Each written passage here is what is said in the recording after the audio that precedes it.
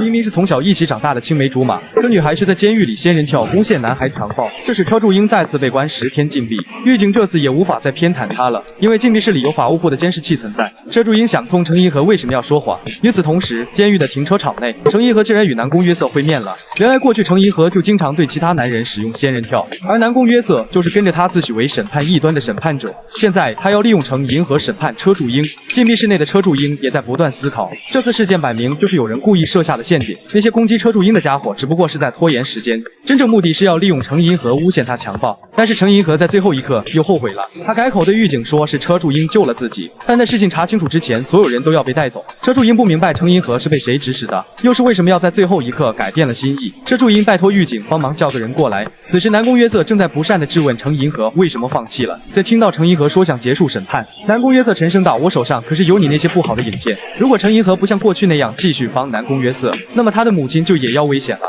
忍无可忍的程银河怒道：我要报警，把你的罪行。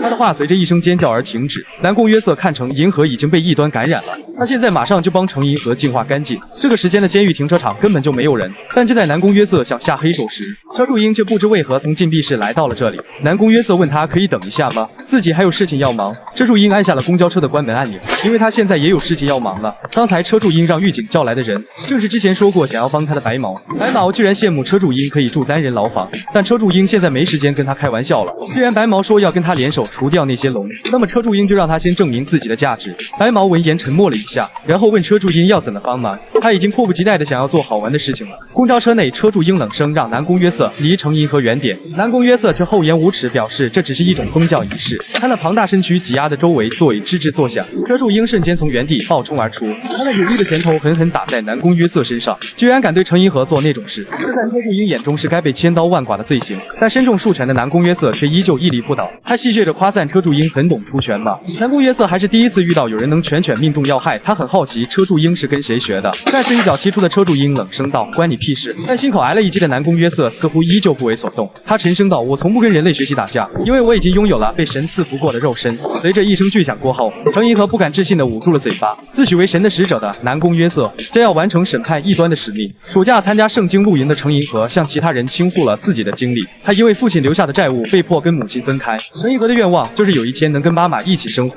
同样来参加圣经露营的南宫约瑟听到了这一切之后，他单独找到程银河，表示自己可以帮忙解决债务，那就是跟南宫约瑟一起审判异端，也就是仙人跳。如果程银河不答应，那他母亲就危险了。现在南宫约瑟要审判蛊惑成银河的异端车柱英，下一秒他的后脑便遭到攻击。程银河拿着雨伞想要阻止南宫约瑟，随即车柱英被狠狠甩飞出去。南宫约瑟一巴掌抽向程银河，他看程银河是真的堕落成异端了，自己必须要来帮忙好好净化干净。可南宫约瑟的身体却突然一顿，剧烈的疼痛令他无法控制自己的身体，随后更是一口老血喷了出来。车柱英疑惑他自己不是知道吗？南宫约瑟受到的都是瞄准要害的攻击，就算被神赐福的肉身也承受不住内伤，而车柱英自身所受到的伤跟程银河受的痛苦比起来根本不算什么。车柱英拿起公交车上的清洗用品，像南宫约瑟这种强暴犯，车柱英不管是用物理还是化学手段都要把他给彻底阉了。南宫约瑟一把抓起公交座椅丢向车柱英，他的拳头也紧随其后。南宫约瑟不想装了，恶心的宗教徒扮演游戏到此为止了。下一秒，南宫约瑟的心口再次一震，他受到的内伤很严重。车柱英善意的提醒他，现在继续动的话，内伤就会越重。二人的拳头互相狠狠打在对方的脸上。南宫约瑟不解，明明应该自己的拳头伤害更大才对，可车柱英为什么就是能撑住？二人眨眼间就朝着对方挥出数拳。南宫约瑟明白自己的身体快撑不下去了，既然如此的话，他只能抓住程银河充当做人质。车柱英不屑道：所谓被神赐福的肉身，到头来却只能靠挟持人质脱身嘛。虽然车柱英跟南宫约瑟的体型相差很大，但这跟他那个人渣父亲的肉身比起来根本不算什么。南宫约瑟终究还是倒下了，但他却依旧笑了起来，因为南宫约瑟把程银河跟他一起搞仙人跳都用影片记录了下来。他很期待程银河的母亲看到那个影片会是什么表情。车柱英却在这时开始念起南宫约瑟未被发现的罪状，分别是5起强奸案、9起强奸未遂案，还有4起性骚扰案。如果南宫约瑟敢动程银河的母亲，那车柱英就会把这一切公诸于世。他想威胁车柱英，英还不够格。车柱英将手中的电击枪射向南宫约瑟的下体，他早就说过要把南宫约瑟彻底阉了。之前被电击过的车柱英很清楚要怎么让南宫约瑟一辈子不举。程银河也在这时关心车柱英没事吧？车柱英问他被威胁了，怎么不早说？程银河有些纠结着反问车柱英是怎么知道的。实际上车柱英是从细节里看出来的。程银河每次欲言又止的时候都会习惯性的卷头发，车柱英懊恼自己应该早点察觉出来的，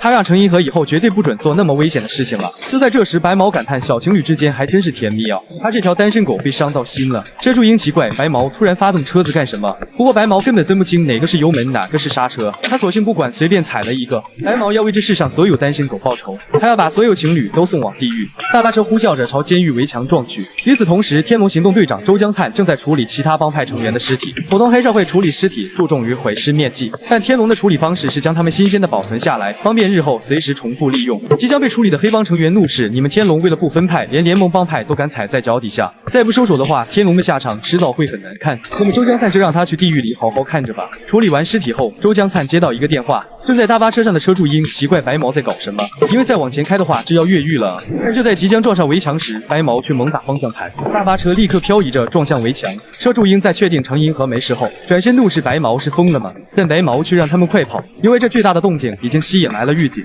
事后白毛解释，这样可以把一切都栽赃到南宫约瑟身上，避开监控偷跑出来的他绝对百口莫辩。事情既然解决完，那救世主白毛也要告辞了。他坏笑着让小情侣好好共度二人时光吧。车柱英让程银河快回去吧，不然修女该着急了。程银河却开始在身上翻找，他觉得这个东西应该放在车柱英这才对。那是一个小熊挂件。不久之前三人还在抓娃娃厅内一起玩闹，可除了李多言抓到3只小熊，另外2人都一无所获。3只小熊刚好1人1个。李多言听过一种说法，只要有信物在，不管相距多远都能感受到彼此在一起。而且李多言感觉这个小熊越看越像自己。程银河在整理李多言遗物的时候发现了这个，在将小熊交给车柱英后，他也该离开了。程银河虽然还有话想说，但又说不出口。他到最后都还是对车柱英很讲义气，所以他希望下次自己表白的话，多言姐姐不要生气。回到禁闭室的车柱英有些无奈，因为白毛居然很羡慕他的单人间，所以就也闯了点祸，把自己送到了禁闭室。车柱英趁机问他到底是怎么把自己从禁闭室放出去的。狱警明明说过有人在监视这里，可白毛却搞到了电击枪，还告诉了车柱英关于南宫约瑟的罪行。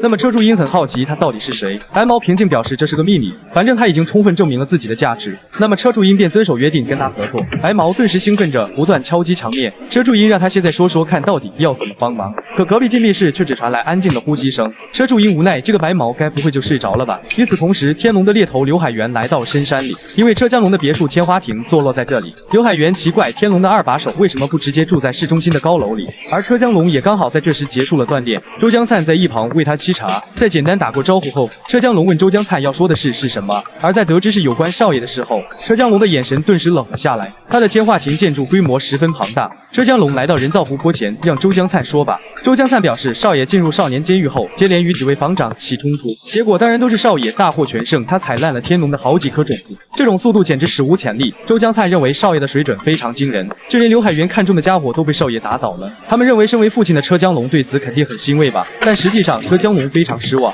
他本期望着儿子能开花，可现在就连花苞都还没有出现。车柱英现在顶多算个想向上生长的幼苗而已，身为车江龙的儿子不该只是这样，他必须要来想办法让儿子提前开花。监狱内负责搬运垃圾的犯人们很不满，他们认为还不如直接把这个腐朽的监狱烧掉。一旁的37号房房长崔润泽闻言冷笑一声，他让这些犯人有种就试试看啊，但他们也只不过是口嗨过嘴瘾。崔润泽看到这些废物那么嚣张就很不爽，他曾亲手把自己的老师打成重伤，只因这个老师总是啰嗦个不停。如今他又把这几个口嗨的混混收拾了一顿。同一个牢房的犯人向崔润泽汇报关于车柱英的事情，他本来不想管车柱英的，但车柱英越来越嚣张，令他十分不满。36号牢房内所有犯人齐齐跪地恭迎老大归来。车柱英不在的这段时间并没有发生什么事，这时他注意到牢房里出现了一个新人。据南敏表示，这个新人虽然块头很大，但其实很傻，不是什么坏人。狱警在这时通知36号牢房，今天下午有室外劳动作业，蛊虫就是把各种有毒的虫子关进一个瓮里，让他们互相蚕食，最终活下来的那一只会成为带有剧毒的毒虫。